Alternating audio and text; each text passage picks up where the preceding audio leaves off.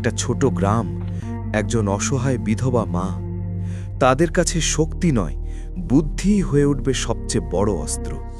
এই গল্পটা শুধু একটা সিনেমাটিক গল্প নয়, এটি সেই মানুষগুলোর নিঃশব্দে কান্না, যারা এই কূটনৈতিক লোভী সমাজে বেঁচে থাকার জন্য জীবন দিয়ে লড়াই করছে।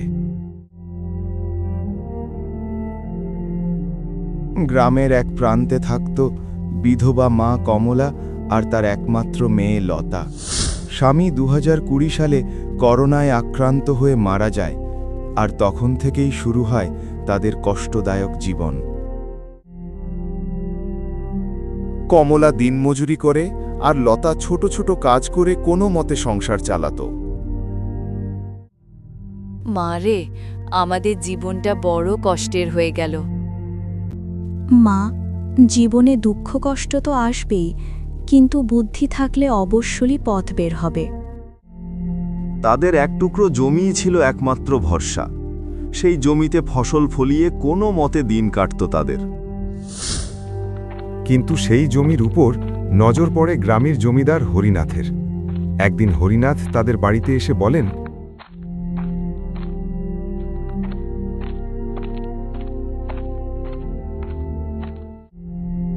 এই যে দিদিমণি, এই জমিটা আমার লাগবে।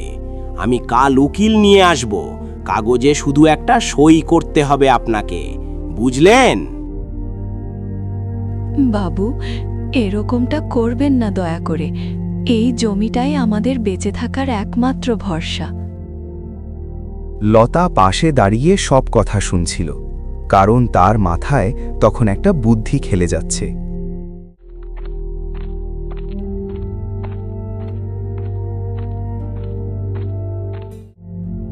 জমিদার বাবু, আমরা আপনাকে জমিটা দিতে পারি, কিন্তু কিন্তু কি? একটা খেলা খেলতে হবে আমাদের সঙ্গে। যদি আপনি জিতে যান তাহলে জমি আপনার, আর যদি হেরে যান তাহলে আর কোনোদিনও এই জমির দিকে নজর দেবেন না। বলেন, রাজি আছেন? খেলা? আচ্ছা ঠিক আছে, আমি রাজি আছি। এই পুচকি নাকি আমার সঙ্গে খেলায় জিতবে? আমি হলাম এই গ্রামের জমিদার। ঠিক আছে, খেলাটা হলো একটা থলিতে কালো আর সাদা দুটো পাথর রাখবেন। আমি যদি সাদা পাথর তুলি তাহলে জমি আমাদের থাকবে, আর কালো পাথর তুললে জমি আপনার। রাজি তো? মা, কি বলছিস? বুঝে শুনে বলছিস তো? এদিকে জমিদার সিদ্ধান্ত নেয়, সে যদি দুটো পাথরই কালো দেয় তাহলে কোনোভাবেই ধরার উপায় নেই। কিন্তু লতা জমিদারের এরকম কূটনীতি আগে থেকেই জানত।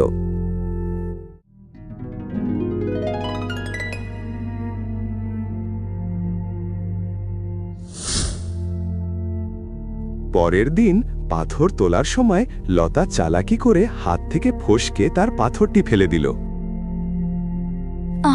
যা, পাথরটা হারিয়ে গেল। তারপর শান্তভাবে বলল, আচ্ছা থাক, খোঁজার দরকার নেই। থলিতে যে পাথরটা আছে তার উল্টোটাই তো আমি তুলেছি, তাই না? হ্যাঁ হ্যাঁ, তাই তো। থলিটা দেখো। সবাই দেখে থলিতে কালো পাথর, তার মানে লতা সাদা পাথর তুলেছে, আর জমিদার এদিকে কাঁদো কাঁদো হয়ে লতার দিকে তাকিয়ে আছে। ঠিক আছে, জমি তোমাদেরই থাক, আমি চললাম।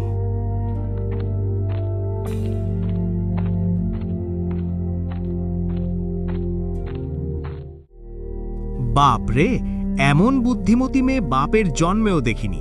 সবার ঘরে ঘরে যদি এমন মেয়ে থাকতো। সেদিন লতা শুধু জমিই নয়, নিজের সম্মানও রক্ষা করেছিল।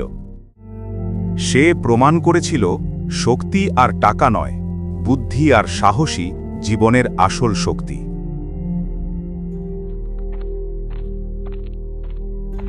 কষ্ট যত বড়ই হোক, বুদ্ধি আর সততা থাকলে লোভের হার নিশ্চিত।